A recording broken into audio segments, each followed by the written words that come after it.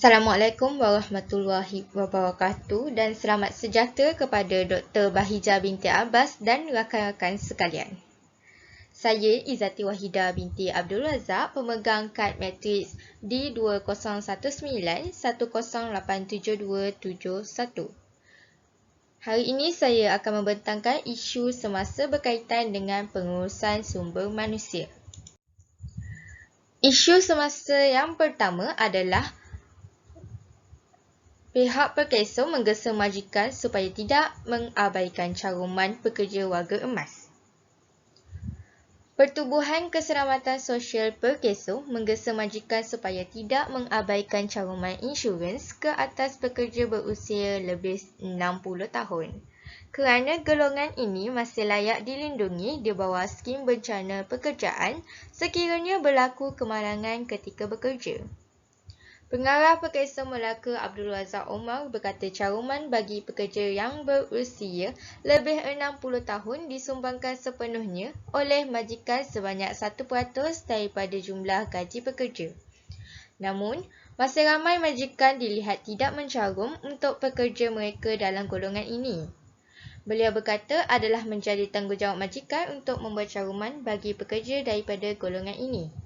Dan kegagalan berbuat demikian merupakan satu kesalahan yang boleh didakwa di bawah Seksyen 94 Akta Keselamatan Sosial Pekerja 1994. Isu yang kedua adalah MIDF Research mengatakan kadar pengangguran dijangka 4.3% tahun ini. MIDF Research menjangkakan kadar pengangguran Malaysia pada 2020 mencecar sekitar 4.3% daripada 3.3% tahun lepas. Berikutan penurunan ekspor sejak beberapa bulan lepas yang berpotensi menjejaskan prospek pekerjaan dalam sektor perdagangan. Dalam nota penyelidikannya, ia menyifatkan lonjakan kes jangkitan COVID-19 dalam pasaran ekspor seperti Eropah, Amerika Syarikat dan United Kingdom juga boleh menjejaskan unjuran perdagangan serta rancangan pengambilan pekerja berikutnya dalam suku semasa. Jabatan Perangkaan hari ini mengumumkan bahawa kadar pengangguran meningkat sedikit kepada 4.7% pada Oktober 2020 berbanding paras tinggi 5.3% pada Mei 2020. Kadar pengangguran semasa kekal meningkat berbanding tempoh sebelum pandemik iaitu pada bulan Februari 2020 iaitu 3.3%. Berikutan masih banyak syarikat yang belum beroperasi pada kapasiti sepenuhnya. Fungsi pengurusan sumber manusia berkaitan dengan isu yang pertama, fungsi pengurusan pampasan. Fungsi ini melibatkan pentadbiran gaji insentif dan faedah pekerja. Dalam isu semasa yang pertama, Perkeso menggesa majikan tidak mengabaikan caruman pekerja warga emas.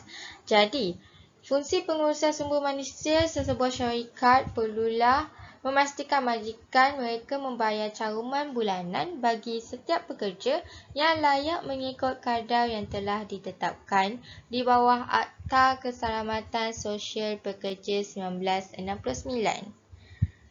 Fungsi pengurusan sumber manusia berkaitan dengan isu semasa yang kedua adalah fungsi penstafan. Fungsi ini melibatkan proses perancangan sumber manusia, analisa kerja, perekrutan dan pemilihan tenaga kerja. Dalam isu semasa yang kedua, mengatakan kadar pengangguran semakin meningkat. Jadi, untuk mengurangkan kadar pengangguran, pihak pengurusan sumber manusia bagi sesebuah syarikat perlulah merekrut dan memilih tenaga kerja yang layak untuk sesebuah kerja itu. Cadangan penyelesaian isu semasa pertama mendakwa majikan yang mengabaikan caruman Perkeso bagi warga emas dengan tindakan undang-undang di bawah Seksyen 94 Akta Keselamatan Sosial Pekerja 1994. Cadangan penyelesaian bagi isu semasa yang kedua adalah pihak Perdana Menteri Tun Muhyiddin Yassin telah menubuhkan Majlis Pekerjaan Negara NEC. Penubuhan Majlis Pekerjaan Negara NEC ditubuhkan bagi memacu Malaysia ke tahap lebih tinggi dan bagi menjamin kesejahteraan hidup masyarakat. Inisiatif penciptaan pekerjaan bermula tahun depan diyakini lebih terancang dan dilaksanakan secara menyeluruh, bersepadu serta berkesan. Sekian itu sahaja daripada saya. Terima kasih.